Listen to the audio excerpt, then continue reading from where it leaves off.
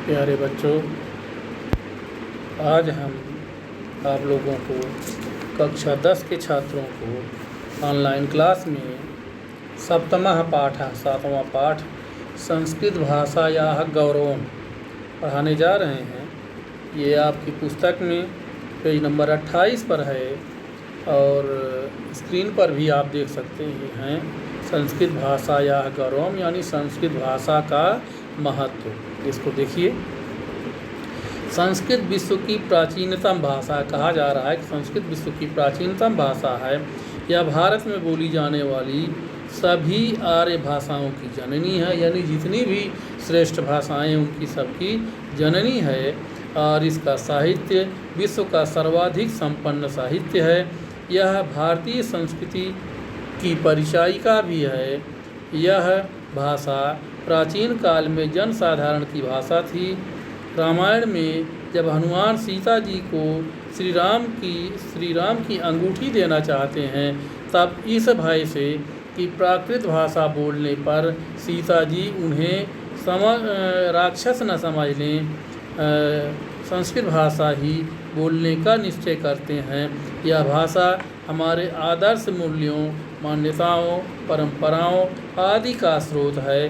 विदेशों में भी इसके अध्ययन के प्रति रुचि बढ़ी है। भारतीय संस्कृति में और परंपराओं में के ज्ञान और परीक्षण के लिए संस्कृत भाषा और साहित्य का ज्ञान आवश्यक है। तो बच्चों, अब इसका गद्य देखिए, आप लोग स्क्रीन पर देख सकते हैं। देखिए, संस्कृत भाषा विश्वस्य सर्वासु भाषासु प्राचीनतमा, विपुल ज्ञान विज्ञान संपन्ना, सरला सुमधुरा, हृदया चेति सर्वैरपि प्राच्य पाश्चात्य विद्वद्भिः एक स्वरेण उरीकृता क्रियते। संस्कृत भाषा कह रहा, संस्कृत भाषा विश्व से सर्वासु भाषासु विश्व की सभी भाषाओं में प्राचीनतमा माने प्राचीन, विपुल ज्ञान विज्ञान संपन्ना, विपुल यानी पर्याप्त ज्ञान और विज्ञान से संपन्न, सरल, सुमधुर माने मधुर, हृदया माने हृदय को अच्छी लगने वाली और हृदय को अच्छी लगने वाली, इति माने और हृदय को अच्छी लगने वाली, ऐसे सर्वैरपि ऐसे सर्वैः अपि सभी प्राच्य पाश्चात्य विद्वद्भिः सभी पूर्वी और पश्चिमी विद्वानों के द्वारा एक स्वरेण उरीक्रियते, एक स्वर से ही स्वीकार की जाती है। एक बार फिर देखिए, संस्कृत भाषा विश्व से सर्वासु भाषासु प्राचीनतमा, संस्कृत भाषा विश्व की सभी भाषाओं में प्राचीनतम यानी सबसे प्राचीन, विपुल ज्ञान विज्ञान संपन्ना, पर्याप्त ज्ञान और विज्ञान से संपन्न, सरला सुमधुरा, हृदया च इति सरल, मधुर और हृदय को अच्छी लगने वाली है, और सर्वैः अपि और सभी प्राच्य पाश्चात्य विद्वद्भिः सभी पूर्वी और पश्चिमी विद्वानों के द्वारा एक स्वरेण उरीक्रियते, एक स्वर से ये स्वीकार की जाती है। भारतीय विद्या विशारदैः तु संस्कृतं नाम दैवी वागन्वाख्याता महर्षिभिः इति संस्कृत भाषा ही गीर्वाणवाणी इति नामना सश्रद्धं सम्माननाता। भारतीय विद्या विशारदैः तो भारतीय विद्या विशारद तो या भारत के विद्या के यानी भारत के विद्वान तो संस्कृतम नाम दैवी वागन्वाख्याता महर्षि भी महर्षियों के द्वारा, ऋषियों के द्वारा संस्कृत को दैवी वाग आख्याता देवताओं की भाषा ऐसा नाम दिया गया या कहा गया है। इति माने ऐसे संस्कृत भाषा ही माने क्योंकि संस्कृत भाषा गीर्वाण वाणी इति, गीर्वाण वाणी यानी देवताओं की वाणी है। इस नाम से सश्रद्धम सम्माननाता श्रद्धा के साथ सम्मानित होती है, यानी सभी के द्वारा, यह ऋषियों के द्वारा सम्मानित हुई। आगे देखिए, ग्रीक, लैटिन आदि प्राचीनासु भाषासु संस्कृत भाषयु प्राचीनतमा प्रचुर साहित्य संपन्ना चेत। ग्रीक, लैटिन आदि प्राचीन भाषाओं में संस्कृत भाषा ही प्राचीनतमा माने सबसे प्राचीन, प्रचुर साहित्य संपन्ना च और प्रचुर साहित्य संपन्न है, ऐसा कहा गया है। श्री सर विलियम जोन्स नामना पाश्चात्य समीक्षकेण अपि श्री सर विलियम जोन्स नाम के पाश्चात्य यानी पश्चिमी समीक्षक के द्वारा या विद्वान के द्वारा 102 वर्षेभ्यः प्रागेव, 7 माने 100 और 2 माने 2 यानी 200 वर्षेभ्यः माने वर्ष प्राग एव 200 वर्ष पहले ही समुद्घोषितम उद्घोषित किया था।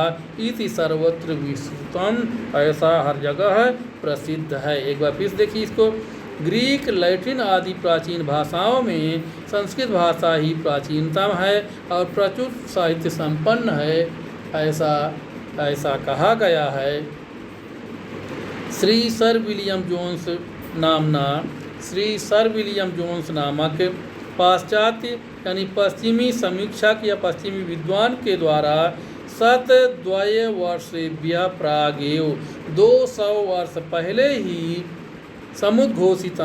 उद्घोषित किया गया था। इति माने ऐसा, सर्वत्र विस्तृतम, ऐसा हर जगह प्रसिद्ध है या सुना गया। अब आगे देखिए, संस्कृत भाषा पुरा काले सर्वसाधारण जनानां वाग व्यवहार भाषा च आसीत्। संस्कृत भाषा पुरा काले माने प्राचीन काल में सर्वसाधारण जनानां सभी साधारण लोगों की वाग व्यवहार भाषा च आसीत् और सभी साधारण लोगों की वाणी व्यवहार की बातचीत की या वार्तालाप की भाषा थी। यानी संस्कृत भाषा पुरा काले माने प्राचीन काल में सर्वसाधारण जनाना सभी साधारण लोगों के वाक व्यवहार भाषा आसीत्, वार्तालाप की भाषा थी। तत्र इदं श्रूयते यत् पुरा कोऽपि नरः काष्ठभारं स्वशिरसि निधाय काष्ठं विक्रेतुमापणं गच्छति स्म।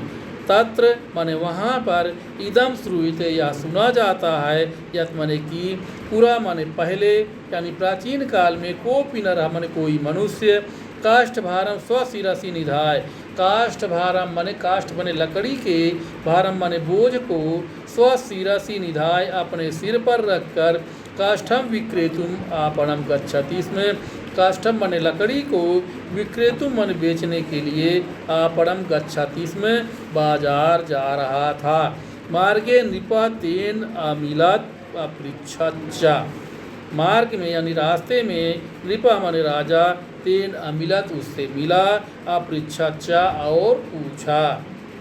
भो माने अरे, भारम बाधति, भार तुम्हें तकलीफ पहुंचा रहा है। भारम माने बोझ यानी बोझा, बाधति माने तकलीफ पहुंचा रहा है। तो काष्ठ भार वाहको नृपम तत्प्रश्नोत्तर से प्रसंगे अवदत यानी काष्ठ भार वाहक यानी लकड़ी का बोझ ढोने वाला वह मनुष्य, नृपम माने राजा को, तत्प्रश्नोत्तर से उस प्रश्न के उत्तर के प्रसंग में अवदत माने कहा।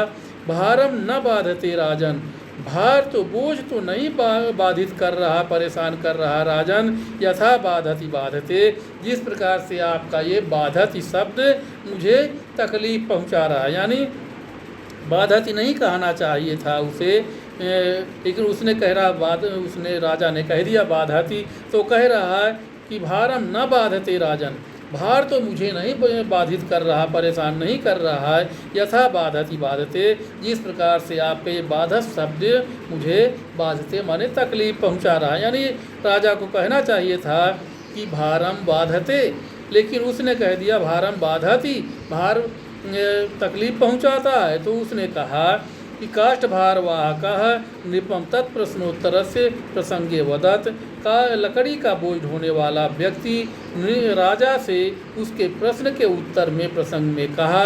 कि भारम न बाधते राजन, बोझ नहीं तकलीफ पहुंचा रहा है राजन, यथा बाधति बाधते, जितना आपका ये बाधत शब्द मुझे बाधा पहुंचा रहा है, परेशान कर रहा है, उतना मुझे वजन नहीं तकलीफ पहुंचा रहा। अनेन इदम सुतराम आयाति, अनेन मन इससे, इदम सुतराम आयाति, ये अत्यधिक, सुतराम मन अत्यधिक स्पष्ट हो जाता है, आयाति मन स्पष्ट हो जाता है, यत मन की प्राचीन काले माने प्राचीन काल में, भारतवर्षे माने भारतवर्ष में, संस्कृत भाषा साधारण जनानाम भाषा आसीत इति, संस्कृत भाषा साधारण लोगों की भाषा थी, ऐसा स्पष्ट है।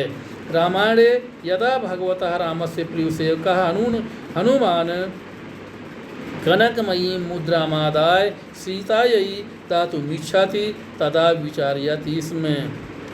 रामायणे माने रामायण में, यदा माने जब, भगवतो रामस्य प्रिय सेवकः, भगवान रामचंद्र जी का प्रिय सेवक हनुमान जी, कनकमयी मुद्रा मादाय, सोने की, कनकमयी माने सोने की, मुद्रा माने अंगूठी को लेकर के, सीता यही दातुम इच्छाति, सीता को देना चाहते हैं, तदा विचार्यति, इसमें उस समय वो सोचते हैं या विचार करते हैं कि वाचम चोदहरिष्यामि द्विजातिरिव संस्कृताम रावणम मन्यमाना माम सीता भीता भविष्यति। कह रहा है कि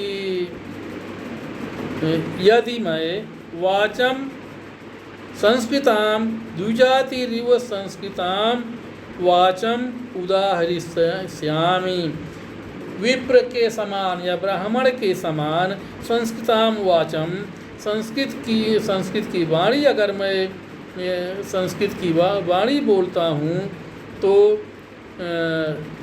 रावणम मन्यमाना, रावण मानते हुए, रावणम मन्यमाना माने रावण मानते हुए मुझे,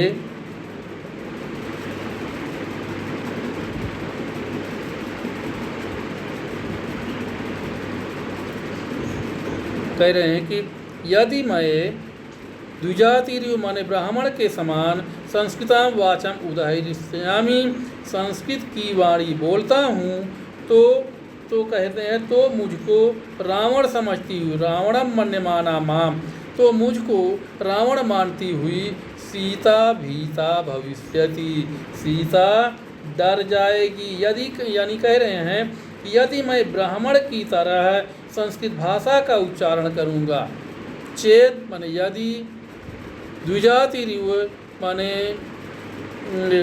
ब्राह्मण के समान, संस्कृताम वाचम उदाहरिष्यामि, संस्कृत की वाणी बोलूँगा तो रावणम मन्यमाना, तो रावण मानती हुई, माम माने मुझको रावणम मन्यमाना माने रावण मानती हुई, सीता भीता भविष्यति, सीता डर जाएगी। यानी वो मन में सोचते हैं हनुमान जी कि यदि मैं ब्राह्मण के समान संस्कृत भाषा में सीता जी से बात करूँगा तो वो मुझे रावण मान लेंगी और डर जाएंगी।